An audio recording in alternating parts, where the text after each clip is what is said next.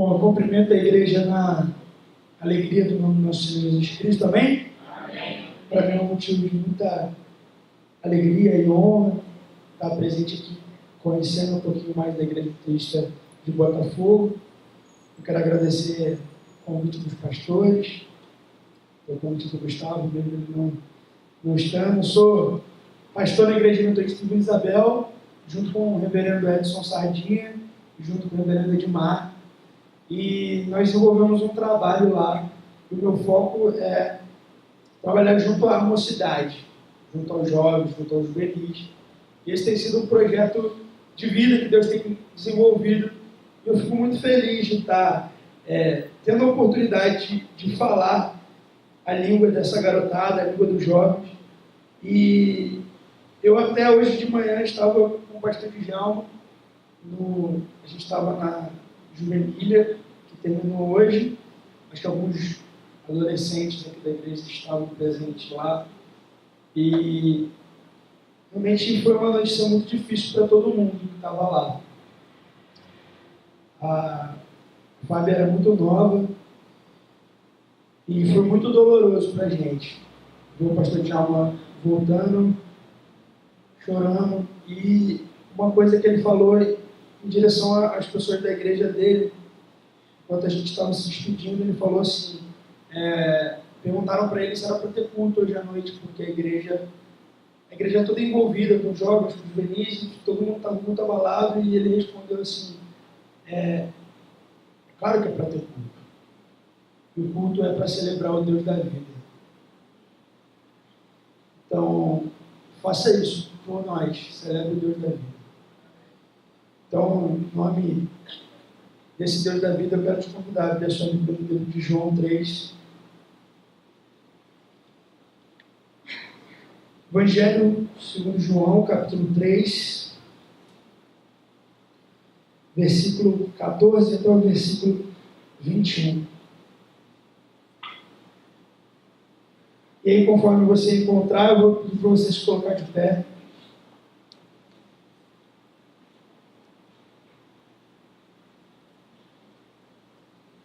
Erguendo a palavra do Senhor, que é o que nos traz direção, que é o que nos aponta o caminho.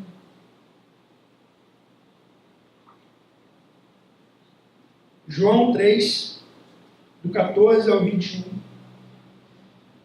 Diz assim a palavra do Senhor. E do modo porque Moisés levantou a serpente no deserto, assim importa que o Filho do Homem seja levantado, para que todo que nele crê tenha vida eterna. Porque Deus amou o mundo de tal maneira que deu o seu único Filho, para que todo aquele que nele crê não pereça, mas tenha a vida eterna. Porquanto Deus o Eterno enviou o seu Filho ao mundo, não para que julgasse o mundo, mas para que o mundo fosse salvo por ele. Quem nele crê não é julgado. O que não crê já está julgado, porquanto não crê no nome do unigênito Filho de Deus. O julgamento é este, que a luz veio ao mundo, e os homens amaram mais as trevas, mais as sombras do que a luz, porque as suas obras eram más. Pois todo aquele que pratica o mal aborrece a luz e não se chega para a luz, a fim de não serem arguidas as suas obras. Quem pratica a verdade aproxima-se da luz, a fim de que as suas obras sejam manifestas, porque feitas em Deus. Senhor, em nome de Jesus, Pai, nós te agradecemos, porque Tu nos convida a andar segundo a Tua luz, Pai. Em nome de Jesus, nos ajuda a todos os dias a entender quem somos, o que a nossa identidade significa, Deus, com quem nós parecemos, com quem nós imitamos, Deus. Nos ajuda, Senhor, a entender o que Tu queres de nós para a nossa vida, Pai. Nos lembra que nós somos frágeis, falhos, Senhor. Nesse momento, eu concordo com o coração que Teu servo fez. Eu me abraço aos Teus méritos. Te peço, Senhor, que Tu venha falar ao nosso coração, Deus. Abre os nossos ouvidos, abre o nosso coração, a nossa mente, Pai. Para que a gente não escute o que eu quero, Senhor, mas que o Teu Espírito testifique, Deus, em nome de Jesus. Amém. Você pode se sentar.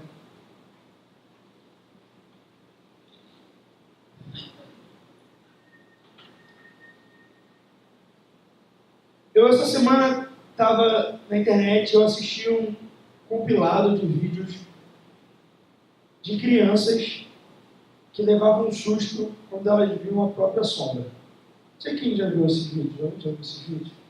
É muito engraçado porque são crianças pequenininhas, elas estão andando assim, e de repente elas olham para trás, elas veem que elas têm sombra. E elas começam a correr tentando fugir da própria sombra. Algumas caem, tadinhas. E é um vídeo engraçado, um vídeo muito bonitinho. É engraçado a gente ver crianças tendo noção da própria sombra. Eu quero conversar um pouquinho com você hoje sobre sombra. Sobre o que significa ter sombra, ser sombra, fazer sombra. A sombra é o resultado de alguma coisa que fica no meio da luz com algum lugar. Você concorda com isso? Sim ou não? Alguém tem alguma outra definição do que é sombra? Interrupção da luz, a interrupção do caminho que a luz faria. Então aqui, eu estou olhando para a minha Bíblia, a luz está vindo de alguns lugares, eu boto a minha mão em cima, eu consigo ver a sombra da minha mão, o desenho que ela faz no papel. Eu lembro muito de um desenho que eu assistia quando eu era criança, que é a história do Peter Pan. Quem aqui conhece? Todo mundo conhece a história do Peter Pan? Peter Pan era um menino que não queria crescer. Mas, engraçado que ele conhece 3 crianças. A Wendy, eu não lembro o nome dos outros 2, não sei se alguém lembra. Joãozinho, Pedrinho, alguma coisa assim, né? Ele conhece 3 crianças. E o que motivou ele a conhecer aquelas 3 crianças? O lance é que ele estava procurando a sombra dele. E a sombra dele tinha descolado dele, estava correndo e resolveu se esconder no quarto daquelas 3 crianças. E quando ele consegue pegar aquela sombra, ele passeia pelo quarto, correndo atrás da sombra dele, ele pega a sombra, ele senta e ele costura a sombra no próprio pé. Porque ele tinha perdido a sombra dele. Aquele era um menino que vivia num mundo que não era um mundo real, que era um mundo ilusório, um mundo que a gente chama de terra do nunca. O lugar onde as coisas são do jeito que ele quer, da maneira onde ele quer, onde ele nunca cresce, onde ele não tem responsabilidades, onde ele não tem que ter medo, porque lá ele é um herói, ele luta de espada. E quando ele visita o mundo real, o que acontece? Ele perde a própria sombra. Alguns psiquiatras, alguns psicólogos afirmam que a sombra tem a ver com a identidade da gente. Porque se a gente não tivesse sombra, a gente não existiria. Tudo aquilo que não produz sombra é alguma coisa que não está no caminho da luz com algum outro lugar embaixo. Se você não tivesse sombra, é porque de fato você não era ninguém. É porque de fato que você não existe. Porque só não produz sombra alguma coisa que não existe. Por mais transparente que seja um copo d'água, se você botar ele no caminho da luz, ele vai fazer algum tipo de reflexo, ele vai fazer algum tipo de sombra. Então, ter sombra está ligado a você praticamente existir. Então, nós temos sombra. E a nossa sombra significa muito do que a nossa identidade é. O problema é quando a gente perde a nossa sombra. O problema é quando a gente cai no mundo real e a nossa sombra foge de nós. A nossa identidade foge de nós. O problema é quando as coisas que a gente tem que fazer, ou as coisas que a gente precisa fazer para a gente ser real, saem correndo da gente. Sombra é uma interrupção no caminho da luz. É a certeza de que alguma coisa existe. E eu quero te dizer que você existe. Você tem certeza que você existe? Pede para quem está do seu lado publicar você, assim, para ver se você sente. Para ver se você é de verdade. Você existe. E você produz sombra. Você produz sombra. Pega a sua Bíblia aí comigo. Bota a sua mão assim em cima da sua Bíblia. Você consegue ver que muda o caminho da luz? Abre a Bíblia. Abre a Bíblia em Números 4, Números 21, do 4 ao 9. Números 21, do 4 ao 9.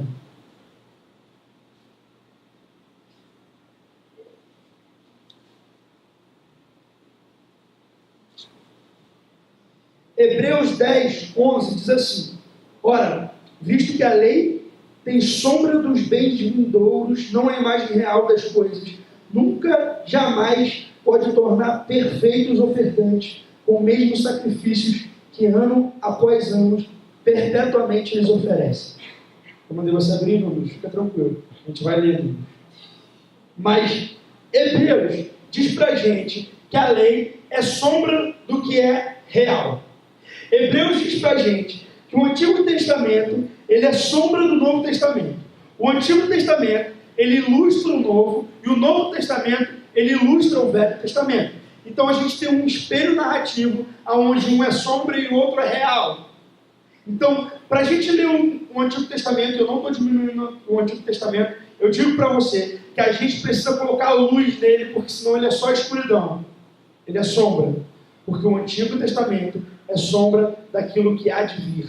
Ele é a permanência de algo no meio do caminho. Então, se o Antigo Testamento é uma permanência de sombra no meio do caminho, o Novo Testamento é a luz para isso. É um pouco confuso, mas você vai entender. O texto que a gente leu fala que Jesus, ele precisa ser erguido como a cobra e como a serpente de bronze foi erguida por Moisés lá no deserto. Você sabe o que significa a cobra e a serpente que foi erguida por Moisés lá no deserto? A novela acho que ainda não chegou até aí, então eu vou te convidar a ler o livro de Números, capítulo 21, versículo 4 ao 9, que diz assim: Então partiram do monte Or pelo caminho do Mar Vermelho a rodear a terra de Edom. Porém o povo se tornou impaciente no meio do caminho, e o povo falou contra Deus e contra Moisés: Por que nos fizeste subir do Egito para que morramos nesse deserto, onde não há pão e nem água, e a nossa alma tem fastio desse pão vivo? Então o Senhor mandou entre o povo serpentes abrasadoras, que mordiam o povo, e morreram muitos do povo de Israel. Veio o povo a Moisés e disse: Havemos pecado, porque temos falado contra o Senhor e contra ti. Ora ao Senhor que tire de nós as serpentes. Então Moisés orou pelo povo, e disse o Senhor a Moisés: Faz uma serpente abrasadora, põe-na sobre uma haste, e será que todo o mordido que a mirar viverá. Fez Moisés uma serpente de bronze e a pôs sobre uma haste, sendo que alguém mordido por uma serpente se olhava para de bronze sarava. O que acontece então? O que Jesus, aqui Jesus está sendo comparado nesse texto de João que a gente leu, no Evangelho do Novo Testamento. Jesus é como uma serpente de bronze que é levantada no meio do deserto. Espera aí. Aonde encaixa Jesus com uma cobra de bronze? Aonde a sombra da cobra tem a ver com a imagem de Jesus? Como é que a imagem de Jesus pode gerar a sombra de uma serpente? Serpente é um bicho que a gente lembra com medo. Serpente em sonho, segundo a minha avó tem umas crendices de sonho estranho assim. Minha avó fala que quando a gente sonha com cobra, significa traição, né? Eu vou falar isso. Né? Serpente, acho que vocês conhecem minha avó, né? Que bonitinho. A minha avó é uma figura. Serpente é um bicho estranho. E o povo tinha sido liberto do Egito, junto com Moisés. Moisés foi lá, abriu o Mar Vermelho, todo mundo passou. E aí o povo estava andando pelo deserto, em busca da terra prometida, e no meio desse caminho começou a ficar difícil, começou a faltar água, começou a faltar comida, e o povo começou a se esquecer do que tinha acontecido na libertação. O povo começou a se esquecer do Deus que abriu o Mar Vermelho, o povo começou a se esquecer do Deus que tinha mandado as pragas para poder trazer libertação a ele, o povo começou a se esquecer de tudo que tinha acontecido. Então esse Deus, que a gente lê como sombra no Antigo Testamento, que a gente vê a partir da ótica daquele povo, enviou cobras, e essas cobras começaram a morder aquele povo, e aquelas cobras começaram a matar aquele povo. E aquele povo se juntou com Moisés e falou assim: Moisés, tu que é o cara, tu que tem intimidade com Deus, faz o seguinte, ora aí pra gente, ajuda nós, porque essas cobras, elas estão comendo a gente, elas estão matando a gente, e a gente precisa de ajuda. E aí Moisés vai lá, ora ao Senhor, e o Senhor fala assim: tudo bem, eu faço, eu ajudo, desde que você pegue bronze e construa uma cobra feita de bronze e coloque ela numa haste. E todo aquele que olhar para aquela cobra de bronze, ele vai ser imediatamente curado. E aí, o Evangelho do Senhor, que hoje significa luz, ele diz para a gente que Jesus, ele é levantado como uma serpente de bronze, levantada por Moisés. Então Jesus é hoje, para mim e para você, como uma serpente de bronze levantada no deserto por Moisés. A serpente lembrava aquele povo do erro deles. A serpente erguida naquela haste, ela servia para lembrar as pessoas de que elas estavam erradas, de que o Deus dela tinha poder. A serpente de bronze, olhar para ela, trazia cura, porque a cura se manifestava através de uma coisa chamada compreensão. Jesus, ele quer curar você. Jesus, ele quer trazer luz para todas as suas sombras, mas ele quer que você reconheça qual é a tua identidade e quem de fato você é e aonde está amarrada a tua sombra junto às tuas responsabilidades.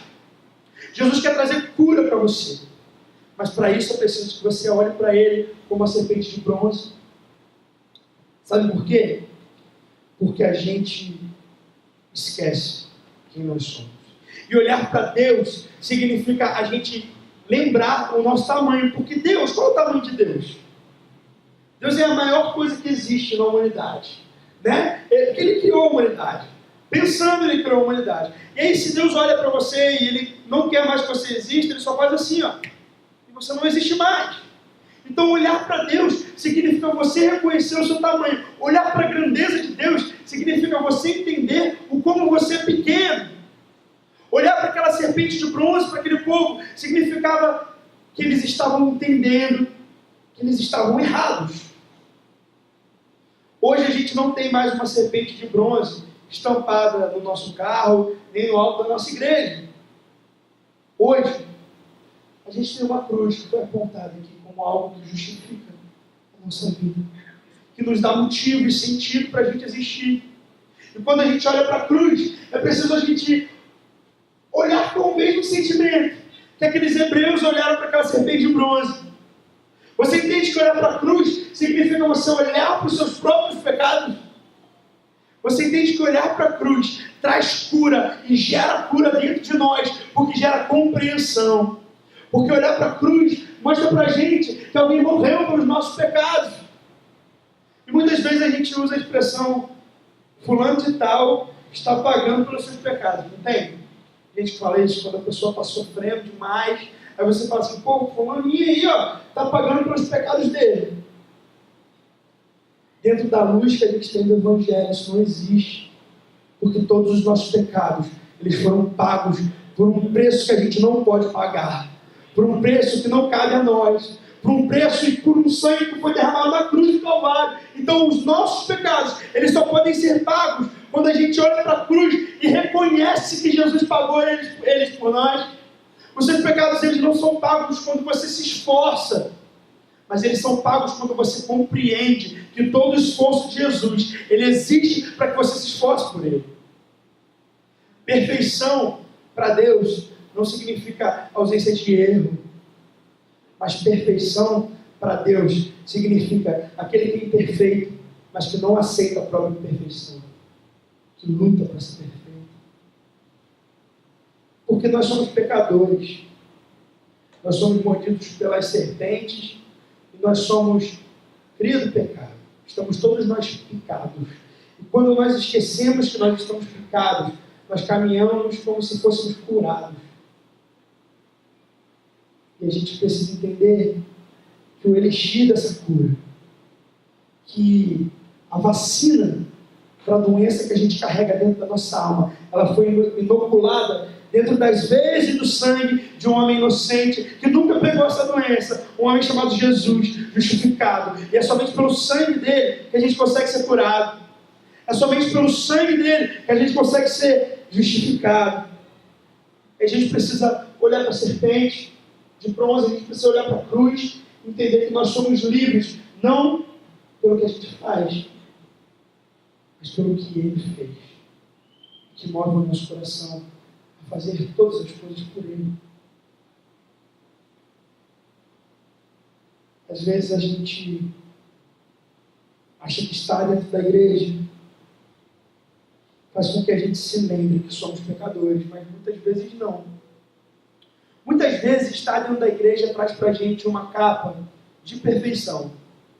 Uma capa de, não sei se pode dizer santidade, mas algo que, uma aura que nos envolve, e somos chamados de crente. Isso nos faz mais fortes do que os outros, isso nos faz mais bonitos do que os outros, isso nos faz mais certos, mais aceitáveis em qualquer sociedade. Mas precisamos nos lembrar de quem nós somos e qual é o nosso tamanho diante da grandeza de Deus.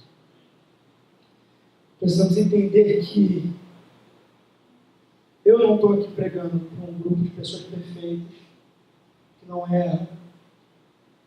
Eu não sou um cara perfeito, que não erro. Mas todos nós estamos pecados. Precisamos da cura do Senhor. Não somos perfeitos. E a igreja ela precisa se parecer mais com um hospital do que com um museu de pessoas perfeitas. Precisamos nos parecer mais com um lugar onde as pessoas imperfeitas têm espaço para entrar. E não um lugar no qual as pessoas precisam se tornar perfeitas para entrar. Minha comunidade na Ilha de Isabel ela fica muito próxima ao Morro dos Macacos. Conversando com algumas pessoas que aceitaram Jesus depois de muito tempo, eu escutei elas falando isso, que aquela era uma igreja de rico, uma igreja de elite, uma igreja onde eles não poderiam entrar, e isso entristece muito meu coração. A gente pensar que a gente é melhor do que alguém, ou maior do que alguém, mas não dá para a gente acreditar que esse aqui é um lugar de pessoas perfeitas. Eu prefiro acreditar que isso aqui é um lugar de pessoas coerentes. Porque perfeição não tem a ver com coerência. E essa não é uma geração mais da perfeição, essa é a geração da coerência. Uma geração na qual as pessoas esperam que você seja coerente com o que você diz. Uma geração onde as pessoas esperam que você seja coerente com a sombra que você produz, com a identidade que você espelha. Será que temos sido coerentes? Porque ser coerente é eu viver conforme eu digo que eu vivo. Ou pelo menos tentar isso. Coerente significa eu viver uma coisa aqui no domingo e viver a mesma coisa amanhã no meu trabalho, amanhã na minha escola, amanhã na minha faculdade, amanhã dentro da minha casa, amanhã com meu marido, amanhã com a minha esposa, amanhã com os meus filhos, amanhã com os meus pais. É muito mais importante que você seja coerente do que você ser perfeito. É muito importante que o que você diga tenha sentido dentro de você. Porque somente estar na igreja não faz de você uma pessoa santa. Somente estar dentro da igreja não faz de você um nascido de novo. Assim como frequentar um estábulo não vai fazer de você uma vaca, não é? É preciso entender que olhar para a cruz significa olhar para os nossos erros. Assim como aquele povo olhou para a serpente no meio do deserto e lembrou que eles tinham errado, é preciso que a gente olhe para a cruz. Lembre que a gente errou também. Mas a gente precisa ser lembrado, porque a gente esquece. E a gente tem uma memória seletiva quase ideal. A gente escolhe o que a gente vai lembrar e a gente escolhe lembrar de poucas coisas, de coisas que nos interessam. Somos o tempo todo convidados a esquecermos o que a gente deve fazer, o que a gente vai fazer. E aí chega uma eleição, o brasileiro reclama o ano inteiro, e aí na hora H ele se esquece de tudo que ele reclamou. E ele acaba fazendo as mesmas coisas e votando nas mesmas pessoas. Não? A gente se esquece de tudo que importa. A gente não se esquece, às vezes, sei lá, de checar o Facebook a cada 5 minutos. Mas de fazer o trabalho que a gente tem que fazer, a gente se esquece. A gente é muito esquecido, sabe? A gente é muito distraído. A gente gosta do que nos diverte.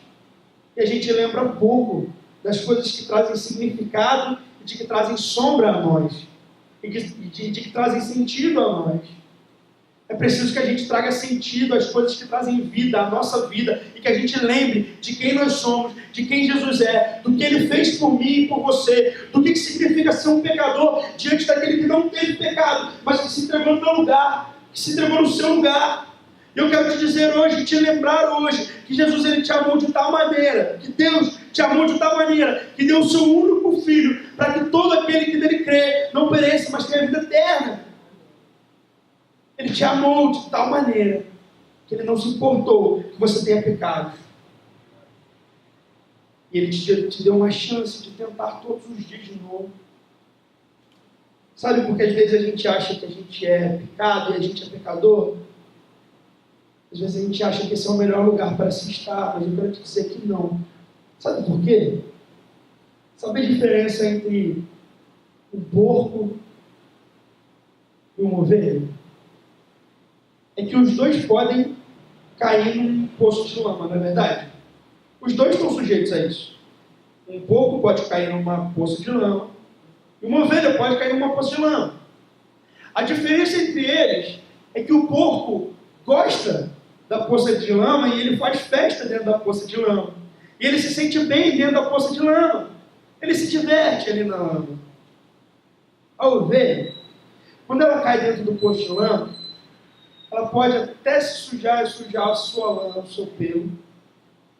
Mas aquilo não vai trazer alegria para ela, porque aquela lama vai secar e vai pesar nos ombros dela, e ela vai sentir dificuldade de caminhar. E aí a alegria da ovelha vai ser quando ela encontrar com o pastor dela, e o pastor der um banho nela, levar ela para o rio, e tirar a sujeira que existe dentro dela, para que ela seja limpa de novo. Por mais que eu e você tenhamos sido picados por aquela serpente, pelo mal e pelo pecado, eu quero te dizer que o nosso prazer não pode estar em estar afundado na lama. Mas o nosso prazer precisa ser o momento em que a gente recebe da água viva e limpa que o Senhor tem para a nossa vida. É preciso entender que existe uma diferença entre errar e permanecer no erro. É errar e gostar do erro. Outro dia eu estava passando de canal e eu estava vendo aquele filme Titanic, estava passando num daqueles canais, né? Aquele filme famoso do James Cameron, é um filme velho já, né? Mas todo mundo aqui viu, né, Titanic? Viu, né? E eu estava me perguntando, eu branco, eu gosto de dar umas viajadas às vezes, eu estava perguntando assim, será que eu conheceria a história do Titanic se esse filme não tivesse sido feito? Eu falei, sei lá, porque a gente não estuda o Titanic na escola, né? Ninguém tem uma aula sobre o Titanic. É um fato histórico, importante, curioso, mas ele não é essencial para a vida de ninguém. Todo mundo consegue viver bem sem conhecer a história do Titanic. Mas todo mundo conhece a história do Titanic porque todo mundo viu aquele filme. Porque todo mundo foi lembrado disso. Às vezes, a gente se esquece das coisas porque a gente não se esforça e não cria caminhos para lembrar delas. Às vezes, a gente reclama das coisas porque a gente não sabe, de fato, qual é o plano que Deus tem para a nossa vida. Aquele povo estava dando volta no deserto, 40 anos dando volta no deserto, sendo que a terra prometida estava perto deles. Eles não alcançaram porque eles não souberam esperar, eles não souberam construir um caminho de memória. E Deus cria um caminho de memória, Deus cria a estátua da serpente para que eles pudessem se lembrar de qual era o plano inicial deles. Se eu pudesse te dizer uma coisa e te pedir para você guardar uma coisa dessa mensagem, não esqueça que Deus tem um plano na sua vida. Não esqueça que Ele sonha com você, Ele planeja coisas para você, mas para isso eu preciso que você não esqueça de quem Deus é, porque no momento que a gente esquece quem Deus é, a gente começa a caminhar pelo lado errado e começa a se fazer perguntas erradas. A gente se pergunta por quê agora, por que não na hora que eu quero. A gente acaba se esquecendo. E às vezes a gente acaba idolatrando, às vezes até a nossa própria memória. Às vezes a gente sai de um oposto e vai para outro, sabe? Porque aquele povo, aquele pessoal, depois de uns 1500 anos, depois que aquilo tinha acontecido, eles começaram a adorar aquela serpente. No ano do rei Ezequias, aquele pessoal começou a fazer daquela serpente um altar, e começaram a levar oferendas para aquela serpente e a adorar a ela como se ela fosse um Deus. Porque para muita gente, a memória é maior até mesmo do que o significado. Para muita gente, a religiosidade ela se torna maior do que a vida e do que a gente precisa fazer para salvar as pessoas. Deus ele fez você para que você fosse vida, não para que a gente levantasse muros no meio de nós. Deus nos fez para que a gente trouxesse sanidade para essa terra e não para que a gente alimentasse a doença das pessoas que não sabem mais o que falam. Às vezes a gente se agarra em algumas coisas que não são importantes, a gente se esquece do Deus que não se explica, do Deus que não tem lógica, do Deus que, mesmo a gente sendo pecador, constrói uma estátua e nos lembra que Ele nos ama, que Ele nos cura, que Ele nos sara, que Ele nos salva. E aí eu imagino que a história do Titanic não faria sentido para a gente se a gente não tivesse visto o filme. Eu queria saber o que a gente tem feito para a história de Jesus fazer sentido para a gente, fazer sentido para as outras pessoas.